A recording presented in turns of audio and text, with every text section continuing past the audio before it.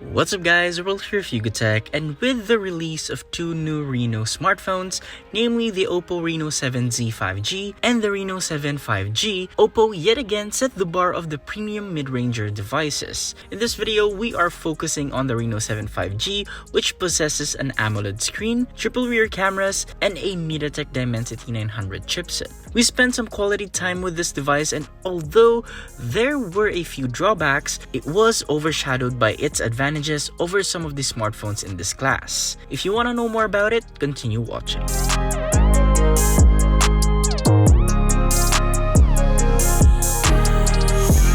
Let's get down to the nitty-gritty. The design of the Reno7 looks stunning, most especially the back panel, as it shimmers and changes colors depending on the angle of the lighting, which will definitely turn heads. Found on the upper left is the protruding camera setup, which gives the camera lens an illusion as if it was floating on a piece of glass. The back also has this frosted glass texture, so it is very effective in repelling fingerprints and smudges. The unit we have is in the Star Trails blue colorway, but it also comes in Starlight Black if you want a less flashy design aesthetic. We have a sizable 6.4-inch AMOLED panel, and situated on the upper left side of the display is the selfie camera. And right in the upper bezel is the earpiece. It's got thin bezels all around and a thick chin.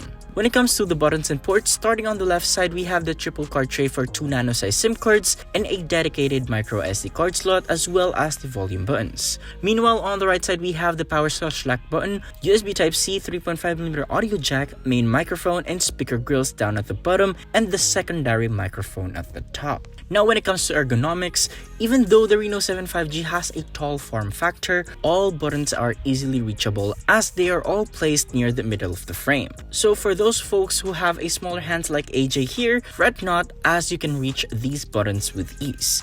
It also feels very light at 173 grams and thin.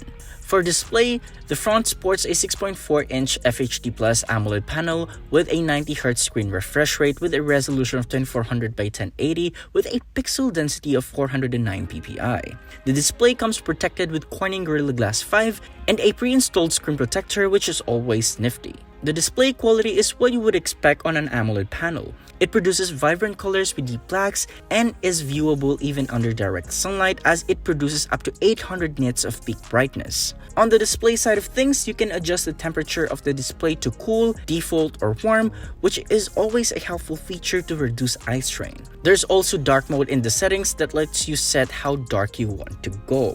For refresh rate, you can opt to use it on high refresh rate, drop down to 60Hz to conserve battery life. Audio quality is okay. It's basically what you would expect on a mid-ranger. You get a single downward firing speaker which sounds tinny and definitely lacks bass. It's not really ideal for watching contents, but will suffice for speaker calls. We do recommend you use your favorite wired headphones, as it comes with a 3.5mm audio jack or a pair of good sounding TWS if you have one, for a more optimal viewing experience. Running on the Reno7 5G is Android 11 skinned with ColorOS 12. You can have the option to use navigation keys or gestures, as well as the app drawer option if that's what you prefer. There are tons of customization options here, where you can change icon styles, app layout, fingerprint animation, change fonts and colors, and edge lighting. You can check it under the personalization category in the settings. There's also a portrait silhouette option, which we also saw at Realme 9 Pro Plus, which is fun to play with, by the way.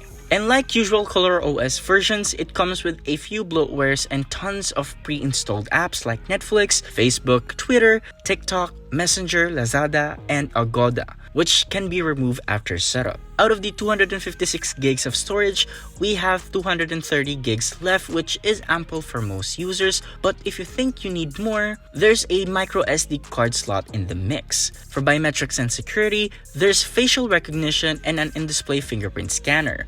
Both works as intended, but we highly recommend you use the fingerprint scanner instead for a higher level of security. Under the hood, the OPPO Reno7 5G packs a MediaTek Dimensity 900 5G with a Mali G68MC T4 GPU. It comes with 8 gigs of RAM with 5 gig RAM expansion and a 256 gigs of UFS 2.1 storage. The device performs excellently in doing basic day-to-day tasks such as browsing the web, opening all social media apps, binge-watching contents on Netflix, and more. Although there are noticeable lags and frame drops in some animations when switching apps. When it comes to gaming, playing casual 2D games are good. We didn't expect any lags, which is totally opposite when playing graphically intensive games such as Asphalt 9, Genshin Impact, and maximum graphics settings. Though it is still playable, but we suggest slowing down the graphics to the lowest possible for it to be much more optimized and for a more smoother experience. If you're interested in benchmark scores that we got, check out our written review link in the description box. Now when it comes to connectivity, the OPPO Reno7 5G includes Wi-Fi 6, Bluetooth 5.2, GPS, NFC, dual 5G connection, and USB Type-C. For battery, this device sports a 4500 mAh battery with support for 65-watt fast charging and reversed wired charging. It can last you a whole day if you're not a heavy user, but if you turn on your cellular data most of the time, playing graphically intensive games, as well as do heavy multitasking, expect it to last half a day, which can easily be remedied by the 65-watt fast charging capabilities, as it can juice up this device from 0 to 75% in a little over 30 minutes, which is fast. For battery results, read our article linked in the description box below. Now when it comes to the cameras, it has a triple lens setup which consists of a 64 megapixel main, 8 megapixel ultra wide, and a 2 megapixel macro lens, while we have a 32 megapixel sensor for the selfie camera. Photos from the main camera comes a little muddy in low light scenarios, details and colors can be washed out. Things can get a little better in good lighting conditions with good color accuracy, though there are instances where the photo lacks sharpness.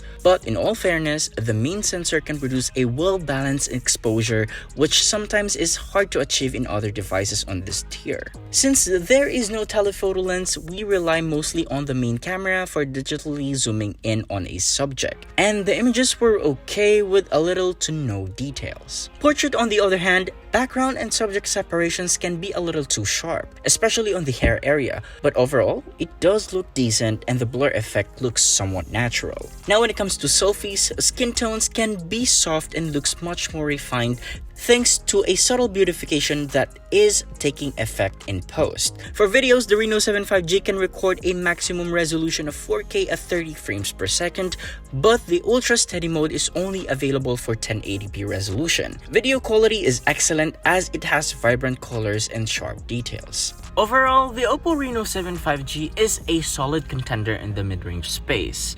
But is it any better than most of its competitors?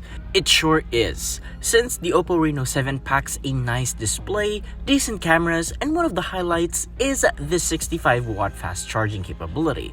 With all that, still we have to consider the price. At the price of 26,999 pesos, OPPO should really place this well below 20,000 pesos to be really competitive. So, what do you guys think about the OPPO Reno7 5G? Do let us know in the comment section below, and if you find this video helpful, be sure to drop a like, subscribe to our channel for more content, hit the bell icon so don't miss any future uploads, and be sure to visit yugatech.com for the latest tech news and reviews. This has been Rel, and I'll catch you guys in the next one.